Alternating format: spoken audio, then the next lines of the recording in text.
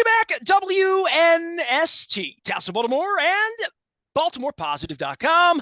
We are, these are the good days. If this isn't one of the best weeks of radio I've done in 32 years and a couple of months, my 39 years into journalism here and doing this, watching the Mayflower. Luke, my journalism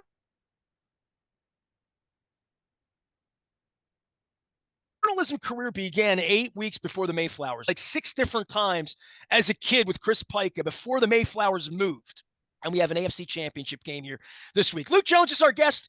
He will maybe not be with us at all 2 weeks from now. He might be out in Las Vegas, but we're doing one of the greatest things that I've concocted in my concoctions. Luke, this is better than running through the streets in my underwear. It is. I don't know that it'll really be better than Whiskey Joe's or than the parade was in the March down in New Orleans. But we're looking to start something special this year with me being extracted from Radio Row and from Super Bowl coverage and from the career that I've built here over 4 decades by Chad Steele. We've decided to do something different this year. So we're going to do something called Crab Cake Row, and we're going to offer everyone in our community a free cup of soup or bowl, a free cup or soup or bowl.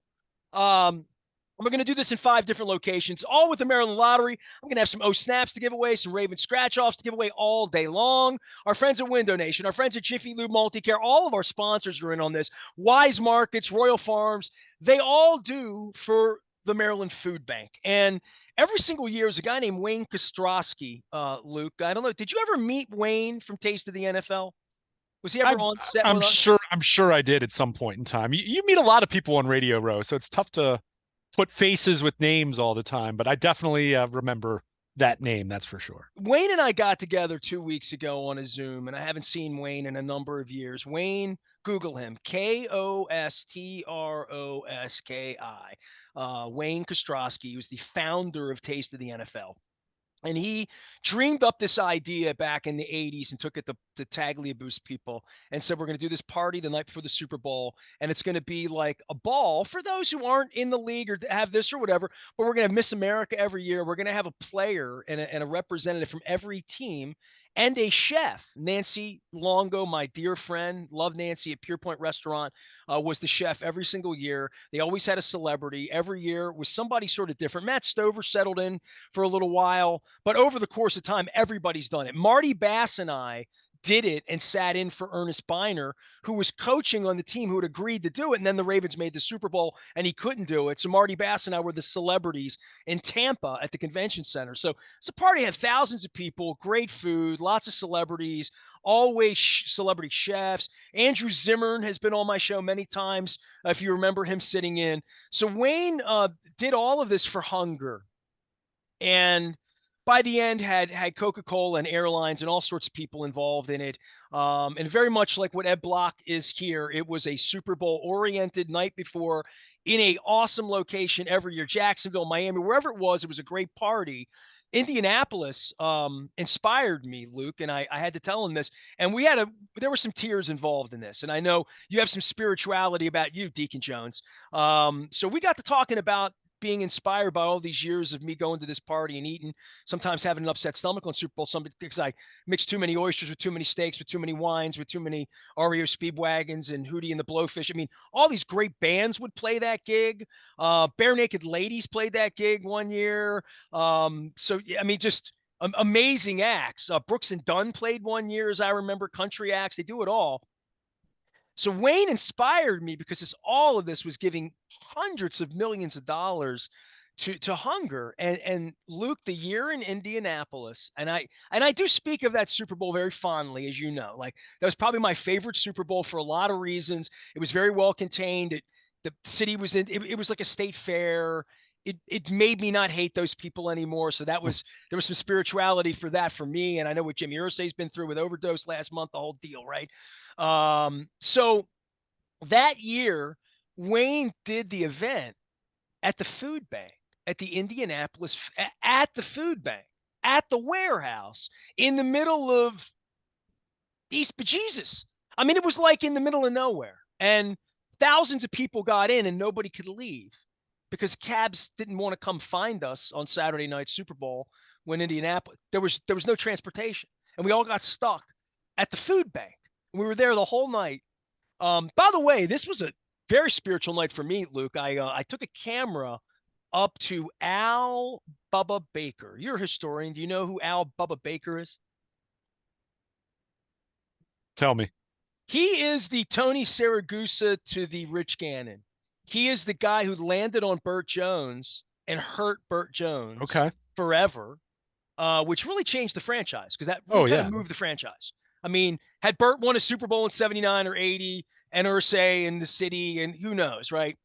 We might still be wearing horseshoes here, but ifs and buts and candies and nuts and all that. But from a historical perspective, he was the Cleveland Browns celebrity that night at their chef table. And I had a camera with me because it's probably 2009, whatever it was, 10, whatever year that was, 11. I don't know, you remember better than me, 11, I think. But the Indianapolis year, I went up to him with a camera and I told him who I was. And he told me he meant to hurt Burt Jones, that he did it on purpose and that he would do it again. And I'm like, wow. Didn't think that was, At least he was honest, I guess. As we were in the middle of the food bank in Indianapolis. So I told Wayne that I am indebted to him, inspired by him, and where he stuck me in a food bank in Indianapolis, and I got stranded until 2 a.m. night before the Super Bowl. We ate well. We had a lot of wine, and in the end, it all worked out great. It was actually phenomenally great. We got a great cab ride. It worked out. But nonetheless, it worked out to inspire me for Carmen Del Guecho and the folks at the Maryland Food Bank here. And John Maroon, who's been very, very helpful throughout the course of my life and career, works with those folks as well. So we're going to be doing every single day free soup for you, your mom, your sister, even your niece. We got to bring her out, get her some crackers. And so you get crab soup or cream of crab soup. And come on out, free soup. All of our places are offering it all week in exchange for you bringing some good stuff for the Maryland Food Bank and hang out, do the show. It's going to be, and we're going to get into this with injuries and all this stuff, Luke, as to I'm this close to making it a giant purple pep rally. It's going to be live radio. Stuff's going to go wrong. We're going to get kicked off the air. It's going to snow a foot on Tuesday, and I'm going to be over at Costas like the goof on the roof. I'm going to pull my purple Santa hat out again. But they got to beat Patrick Mahomes, right? Now, here we are, and we'll get into the sports part of this, but I just want to give everybody, I'm very, very excited about this and what we're doing for the Maryland Food Bank that week, and we are featuring 100 charities. So Ness at BaltimorePositive.com. If you have a charity, please get it to me this week because I'm trying to get all this organized by Sunday because next week might get a little kooky around here. I have a feeling right around 5 o'clock Friday this weekend, we go on a purple bender, unlike anything we've ever seen. And we could talk about that celebration and what we missed out when Keith Urban played down at the Harbor. And we got our ass kicked out of Mile High Stadium by Peyton Manning, who showed up. He wasn't bad luck this week. He was for the first half. Luke, I guess so much on the minds for people this week with the game and injuries, and John will be coy. Marlon Humphrey, huge, right? Mark Andrews could be huge, would be huge. Nice to have the real Mark Andrews, whatever we get. But I'll take mine against theirs. 3.5-point favorites. You got to beat Mahomes to get there. You didn't have to beat Allen. They tap danced around with the Texans the other day, and we went through that. But the Chiefs are a little beaten up too. But I keep saying heavyweight fight, man. This is Thrilla Manila, Rumble in the Jungle. This is epic, as we would say here, man. No question about it. To be the man, you got to beat the man, right? You're an old school wrestling guy, but I think one of the underrated storylines coming out of Saturday's win over Houston in the divisional round was the Ravens didn't report any new injuries. Now, that doesn't mean there won't be a couple guys on the injury report that were banged up over the course of Saturday's win, but they did not go through, they did not lose anyone to a concussion, at least during the game. There's always the possibility of a concussion protocol situation, but, they appeared to get out of that game healthy, really healthy as it pertains to late January now. So that was good to see. You just really nailed the two questions for the week. It's going to be, where is Marlon Humphrey? He hasn't played since New Year's Eve when he hurt his calf. So I would think if we don't see him at the beginning of the practice week, then it's probably not happening for him this week. That you're talking about a 3+ week layoff. And I think I mentioned this last week in passing, but we saw him doing some running and some agility work during the bye week when they had a few practices. I saw him out there 2 different days. So, did he have a setback? Was it just a case where the calf just wasn't responding well? Did it tighten up? Whatever. But they didn't have him out there. Now, I think we've seen over the course of the year, and I say this with as no knock on Marlon Humphrey, who's a 3-time Pro Bowl corner, their defense has done fine without him. He's missed 7 games over the course of the season. So they're not strangers to him being hurt this year anyway. So you'd love to have him. You'd much rather have him than not, as is the case with any player. Dude, it's starting to get almost to, and I love Jimmy Smith, who did not text me back this weekend. Jimmy, I'm looking for you. We're looking for you. Where you better be hiding in Lahaina someplace, or hiding in Maui or Kauai, wherever it is. Now, I love Jimmy, but I mean, he got banged up at the end, and it's like, we felt this way about Ronnie Stanley for a period of time, and now they're spelling him, which is an interesting concept offensive line-wise. Talk about revolutionary concepts. I mean, I remember when the relief pitcher came in sometime between, 60 and 73, where it became essential, and then agents leveraged it, and it's a thing. And then, running backs aren't a thing now. To Chad Wiesling, we got to get a crab cake. You, me, and Chad Wiesling. We're gonna get a crab cake sometime around Combine to talk about running backs and value and all of that. But you start to talk about what's valued and what's not valued, and how you build a roster and how you lose players. Boy, there's so much just that goes into the balance of the money for these teams and the investment on these teams. And what, Orlando Brown's played on both of these teams, right? Like, who you count on, who you don't. Terrell Suggs, I wonder who he's reading for this week, right? He's got a ring, right? He's got a Chiefs ring. It's crazy, right? He does.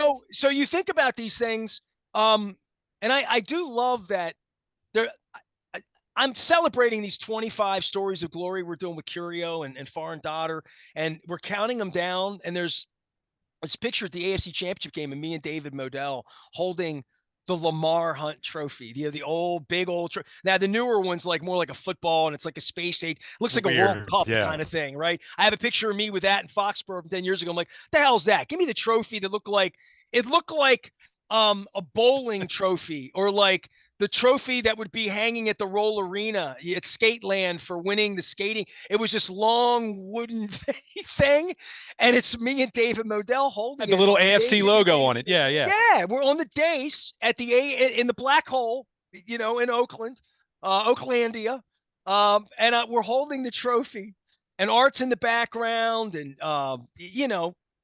and it's the Lamar Hunt Trophy. And I'm thinking, Lamar, what a weird name. I don't know any Lamars. I didn't grow up with any Lamars. Yeah, went to Dundalk, no Lamars. I don't remember Lamars. And then Lamar Hunt was one of the more famous Lamar Hoyt, pitcher. Yeah, but there weren't a lot of Lamars, And now we have a Lamar looking to win the Lamar this week. So I sort of love that as well. It's sort of a throwback when you get to be older, but what a beautiful quarterback story, and the two best. And we want this Manning Brady thing. We want this, I guess, Johnny, you had peers, across the sport at that time, but we would say Joe Namath when he came in, and you'd see Staubach and Bradshaw, and all of that through the course of time. We're in the middle of one of those, and the rivalry was always Ray Lewis and the Steelers, right? It was Steelers, Ravens, but behind that, there was a Manning Brady thing going on for a long, long time, where Manning couldn't get through. And this is really the pathway for Lamar's greatness. Forget his contract, his money, whatever, anything about him, but for championships and for what you do and how you do it. And I have Joe Flacco on the show this week, and we can talk to him and Brian Billick and other people that have actually done it. Lamar needs to do it. And this is the here and now and best chance in so many ways. And I like that the testicles got shrunk big time at halftime. You know what I mean? For them to have gone through that last week at 10-10 at halftime, to have everybody on TV questioning, we're going back up to Joe Buck and Aikman. Oh, it's 10-10 here. And for everybody in the locker room, and again, my locker room access has been taken away after 39 years doing this. Tell me about that, because like it seems to me that people must have had something to say about that afterward, because Lamar must have had fire, and at some point somebody has tape of that. That'll surface on the 30 for 30 when Lamar's Michael Jordan and wins his fifth, like literally whatever happened at halftime. Well, I was sitting here watching the Ravens circle the drain in the conversation, at least on the field, to the booth, every social media, everywhere. And he did something in there that apparently means something. That would be a lead story in Purple Rain 3, maybe. Yeah, I mean, they weren't circling the drain. I mean, but it was unnerving, right? I mean, they were in a position that they didn't want to be in, where it's 10-10 and you're not playing your best. You have a Houston team who hadn't done a whole lot, but hey, it's tied. And it's like, okay, how much can you keep asking your defense to completely shut them down? Hey, let's go. Come on. Okay. We're rusty in the first half. Let's go. It's go time. If the kid doesn't miss the kick, they're losing. Yeah. I mean, sure. But, I think at the same time, Lamar is not the most vocal guy. I think that's evident. But at the same time, the sense I've gotten this year is that he has been more vocal than in the past. And I think he is one of those guys that, while he's not going to stand up and give a Ray Lewis speech to the team every single week, he is someone that when he does speak up, I think his words do carry a little more weight, where you kind of say, hey, whoa, it's kind of like, if you grew up in a family where Dad didn't raise his voice, but when he did, it's like, whoa, hey, it gets your attention really quick. Yeah, and I think that's the general sense I got from what happened on Saturday night. And I don't think it was anything overly profound. It was just like, hey, come on, we're better than this. Let's go take care of business. And I think, again, a lot of that did have to do with adjusting to the Houston blitzes. So there was some substance to it, but I think a lot of it was, specifically speaking from the offensive side, which obviously Lamar plays on the offensive side of the ball, was, hey, our defense is playing great. We need to pick it up. We can't keep asking our defense to all but shut them out. They'd given up 3 points, understanding the touchdown came on the punt return. So, I think it was just one of those situations. So, I don't know if it's this, transformation kind of moment as much as just the evolution of Lamar Jackson. We've talked a lot about it in terms of him on the field this year and where he was as a rookie to where he is now, in terms of how he plays, but also just the maturation of a young player, the maturation of a quarterback. I mean, this is a guy who experienced a lot of failure. When you're in the midst of that failure, that's all people want to focus on. And look, your legacy is defined by January. We understand that. I mean, Peyton Manning is viewed differently now than he was in 2003. But I think if you go back to that point in time, understanding it was pre-social media, but still the internet, there was all kinds of talk about Peyton Manning not being able to win the big one. And, that you mentioned the Brady Manning factor, even though this current era, it's been a little more Mahomes, Allen, because Allen has, they've faced off with the Chiefs more frequently in the postseason. But, Buffalo hasn't broken through. And Josh Allen right now is kind of playing that Peyton Manning role in that light. Not that they're similar players. So, for Lamar, this is a unique opportunity because he's finally facing Mahomes and the Chiefs in January. So, I think, you just look at it through that lens. I mean, what more can you ask for? You said it. For all the greatness we've seen in the regular season, the fact that it did translate and carry over to last Saturday against Houston, okay, we can stop talking about the Titans, right? We can stop talking about when is Lamar going to play at a high level in a playoff game. He did it. Now this just becomes much more of the run-of-the-mill, hey, this is an opportunity to build your legacy. This is a chance to break through. You're facing you grew up watching Tom Brady win all those Super Bowls. You're facing this generation's Tom Brady, and you have a chance now to one-up him. You have a chance now to unseat the Chiefs and get to your first Super Bowl. And your best chance, and maybe your best chance ever, given the talent around you and where you are in the home game and the rest and just sure. And the fact that Monken may be gone next week, as well as there's a real movement here that the band's going to get broken up in pretty significant way. Now, you would always say we got Lamar, they got Andy, Yeah. they got guys under contract, they got good football players here.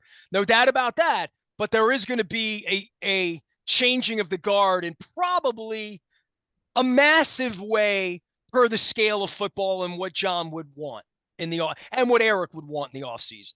But they know this is coming. Yeah, I mean, right. And look, I mean, there's only so many chairs at the table.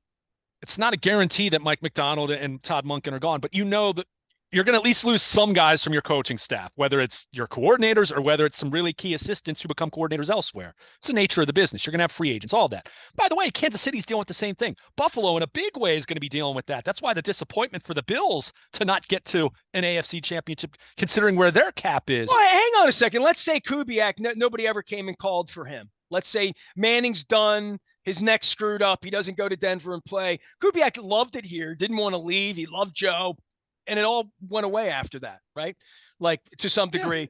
Yeah. And, I mean, coaching, it's a reason they pay all these guys all this money. And it's a reason that DeMeco Ryans and to for all of his faults and warts, John Harbaugh can survive this all these years, as well as Mike Tomlin. They adjust through every Matt Canada and every Bruce Arians. I mean, John fired his offensive coordinator in week 13 and then won the Super Bowl 8 weeks later. I mean, you think he doesn't think he's a genius? You know what I mean? His owner tells him he's a genius. Everybody tells him he's a genius. You get some feeling that you can't do much wrong, especially when you do all this right. And you just say, well, I'll just, I got another guy. They always have a short list of who next up is anyway, right? But this is for a limited time. They have 2 hours of football, and they got to earn the second hour by winning the first hour right now. And as it's comprised, back to Lamar, this is his best shot. And I do want to, you were rambling on about quarterbacks and Josh Allen not making it. How about Phillip Rivers or even like Dan Marino? But let's go through a whole bunch of Warren Moons and I'm trying to think of Randall Cunningham's and just tons of guys that were really Matt Ryan. Oh my God, Matt Ryan, right? Like had 3 touchdown lead. Like all of the Jim Kelly. None of these guys won. Yeah. And you know what I mean? And they all played in all these big games. They won a couple, they lost a couple. I mean, Jared Goff got to a Super Bowl and he's yesterday's trash, right? Like, and now he's on the cusp of doing it again. And so Garoppolo got to a Super Bowl. Now, Ryan always twists his ring, man. He stands there, all 6'7" of them, and he comes out and gives his speech in his suit. I've seen him do it, 100 times. Brian's going to be on this week too, by the way. And he would and I'm going to give him some ish about this. He would always say, when you win a Super Bowl ring, they say they'll never take it away from you, but that won't stop them from trying. And, the greatness of all of these players that I've laid out who didn't win, who didn't have a chance to win, or weren't in the right position. Cal Ripken after the first year, right? Second year, 2 years and never got a chance to be on this stage again. And it's not just about the quarterback, to your point. I mean, the special teams put the Texans in a position to talk ish about Lamar at halftime because the defense was playing. The story would have been the defense and they're struggling, but they're doing okay had the special teams not made it a tie game, right? Yeah. I mean, and look, what you just laid out, and this is why I think it was so important for Lamar, for him, where he is at this point in his career, understanding that there's no guarantee you're going to win Sunday. And look, if the Ravens don't win Sunday, it's going to be very disappointing because they were the best team in the league this year. But we also know the best team doesn't always win. But I think what was so critical because of what you just laid out all these different quarterbacks, including some Hall of Fame quarterbacks that you just mentioned, who did not win a Super Bowl. But for Lamar, his win and his performance against Houston, for me, it normalizes the conversation about Lamar Jackson in the way that, all right, he's not this guy that's played terrible football in his first 3 or 4, even though he wasn't that bad in that second Titans, the game that they had won in Tennessee. Go back and look. He played better than he gets credit for. But the point is he had struggled, right? That had been the narrative. Lamar, this great player in the regular season. It hadn't translated and carried over to January. It did on Saturday night. So for me, I put to rest the past games. Now it's just, all right, you're in the here and now. And believe me, you just laid out, and we've talked about what lies ahead, potential coaching, departures, free agency, the salary cap. Same things Kansas City's dealing with, same things Buffalo's going to deal with, same things Cincinnati's going to deal with in the coming years. When you have a high-priced quarterback, that's the cost of doing business. It makes your roster building challenging. It makes your coaches more attractive, more appealing to other organizations. That's Well, just hang part of on. it. You Change is mentioned three of inevitable. those But teams. The Bills have sort of had that, but haven't won. The Bengals took their fans out to LA. They had a party. They almost won the Super Bowl, they did, but they and didn't did win, it with a right? ragtag offensive line. Like so, you know, they squeezed the juice, so to speak. And the Chiefs have won championship. So like there is a point where like for our fans to just get to Las Vegas next week and to not lose this significant home monumental first time in 53 years kind of game. Lamar goes out and doesn't play well and the team doesn't play well and they lose this week. It'll he'll carry whatever Peyton Manning carried It'll until he hurt. didn't carry it. You know what I mean? Like, It'll yeah, hurt. and it'll hurt and Yeah. it'll burn. My point about Matt Ryan and that whole litany of guys was that that fire. To your point, Sure. you were pissed at Lamar. Lamar's pounding the ground. Lamar's a kid. He's 21 years old at the time. They're about to shower him with money. He went into a firestorm with this organization during injury times where he's hurting and in a room and they're saying, you're a $35 million quarterback. Here, take a limited tag. Go find the market. The market said nothing to him. And, and he said to them, get me some real wide receivers. And they brought him a bonbon with OBJ. Like, all of this happened. Get me an offensive coordinator where I get to call the shots. Meet Mr. Munkin. You'll get to check out of plays because that's what you feel like you need if we're going to give you $50 million. Now, all this wasn't spoken through agents, but I promise you all this were the conversations, right? Yeah. Yeah. I mean, I guess the point I was trying to make is,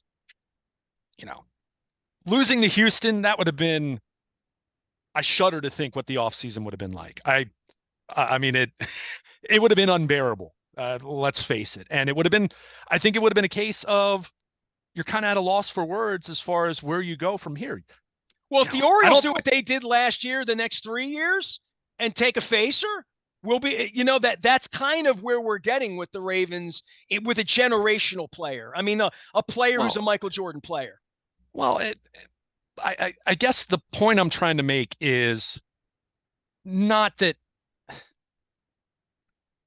Saturday was the game they had to win. No questions asked, no negotiating whatsoever. It would have been, oh my gosh, what's the disconnect here? Why is this not translating? How are you the number one seed 2 times in 5 years and you don't get out of the divisional round? They did that. They won. They advanced. Now you're going up against the guy that is the standard. This team has been the standard over the last 5 years since Tom Brady said goodbye in Foxborough and went down to Tampa Bay. It's been Kansas City. They've been to 3 Super Bowls in 4 years. I mean, that's just speaks for itself.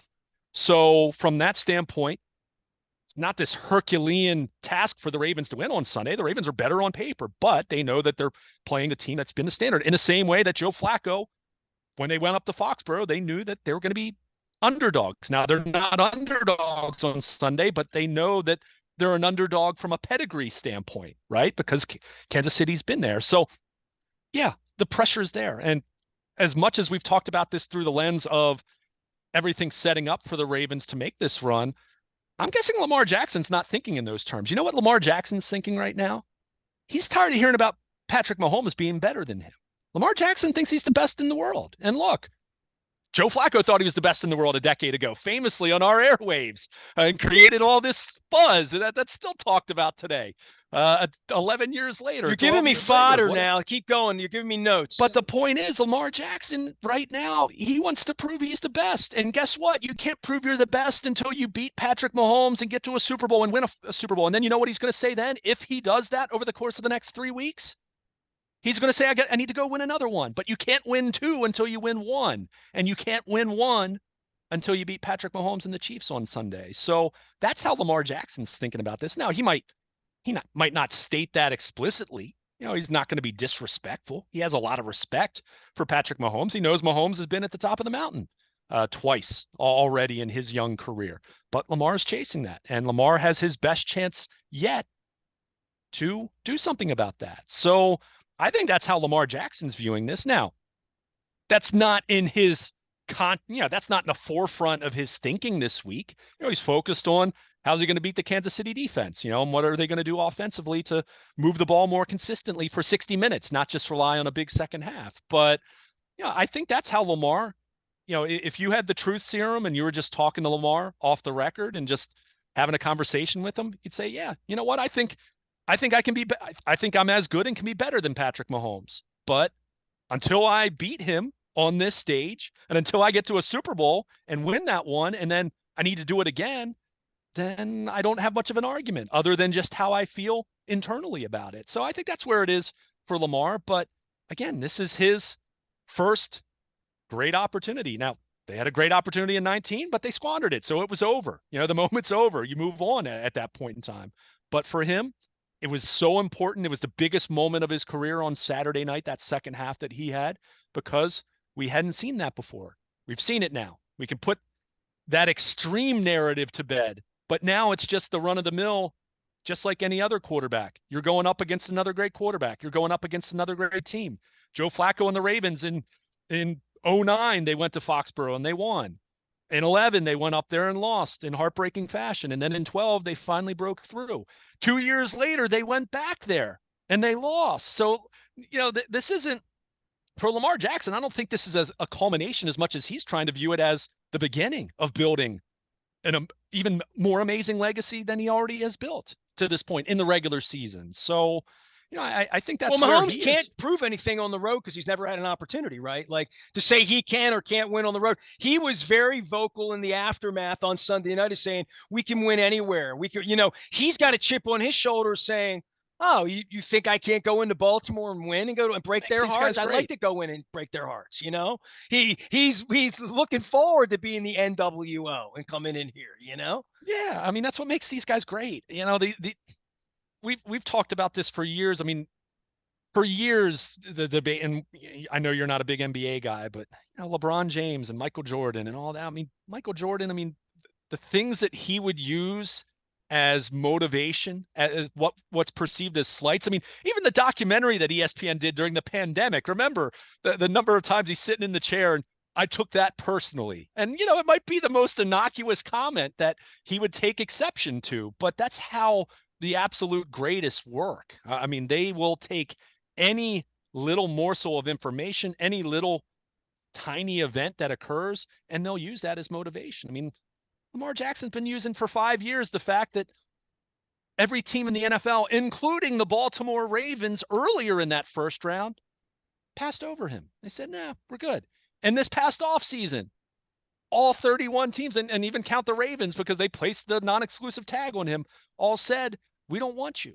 He's using that as motivation. Now, perception versus reality, whatever. I mean, that, we went over all that. We don't need to rehash that. But Lamar Jackson, the competitor, the competitive individual, the drive that he has to be great, he's used all of that. I mean, that's how anyone, to be great, you're motivated. It's either intrinsic or it comes from the outside, or in most cases, both. You use a combination. So, that's where Lamar is at this point. But this is his first time being on this stage and having this opportunity. And as much as he internally wants to be the absolute best, he knows that going through Kansas City is the next step in doing that. So I'm sure he's embracing that. I'm sure, and it's not just him, it's this entire team, right on down to Justin Tucker, who's back in the AFC Championship for the first time in 11 years after winning a Super Bowl as a rookie.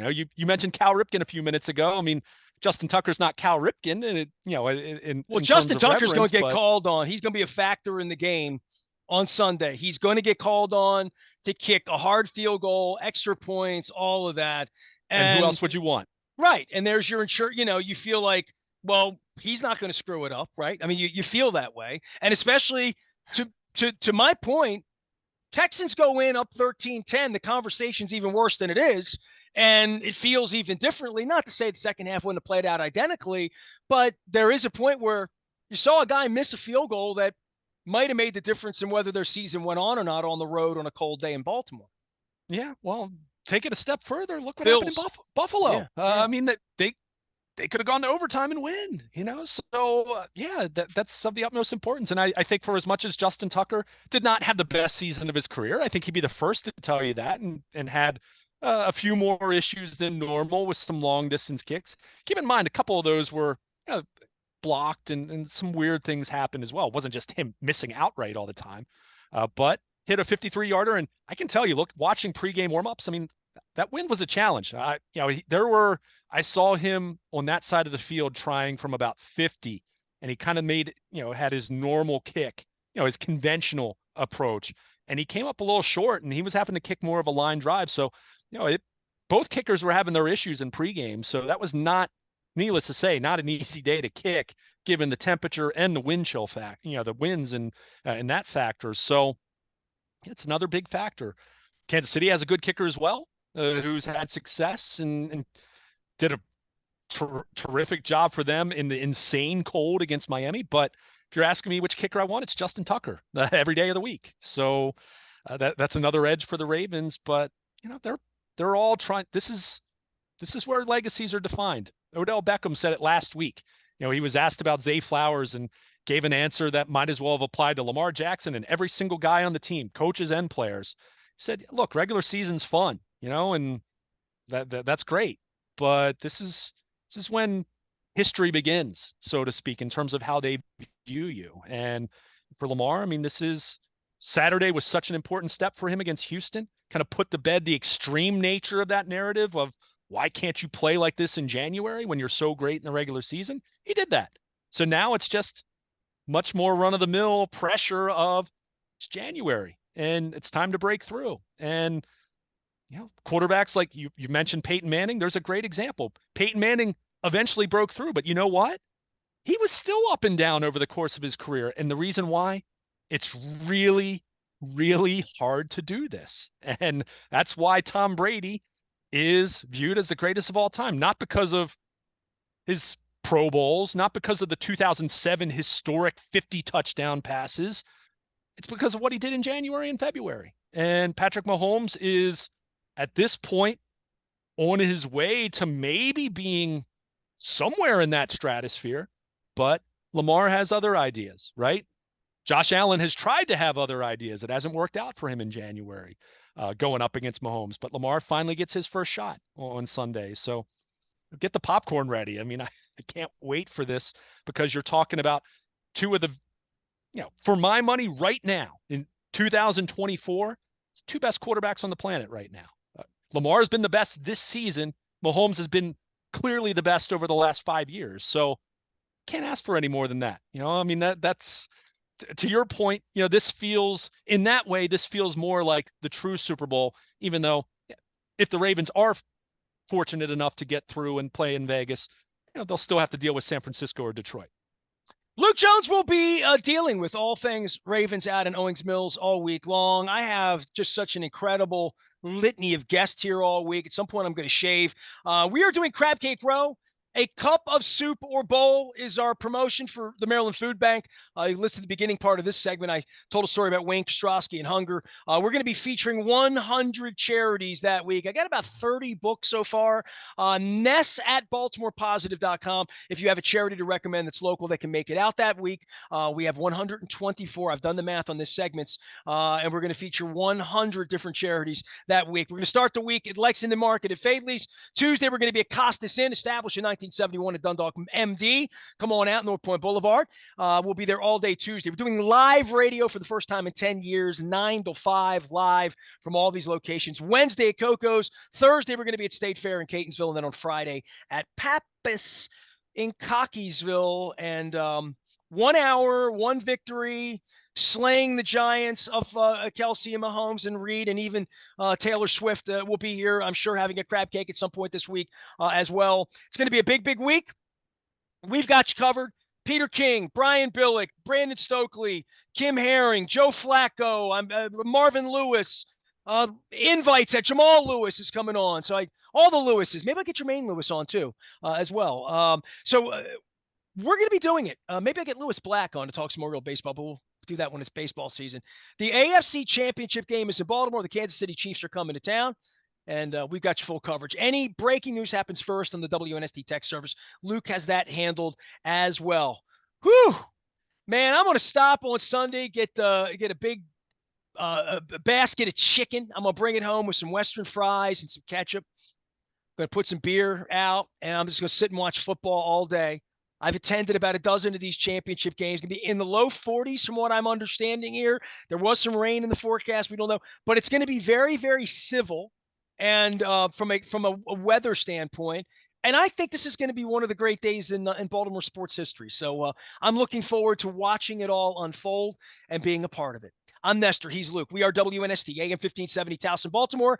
And we never stop talking. A cup of Super Bowl and Baltimore positive.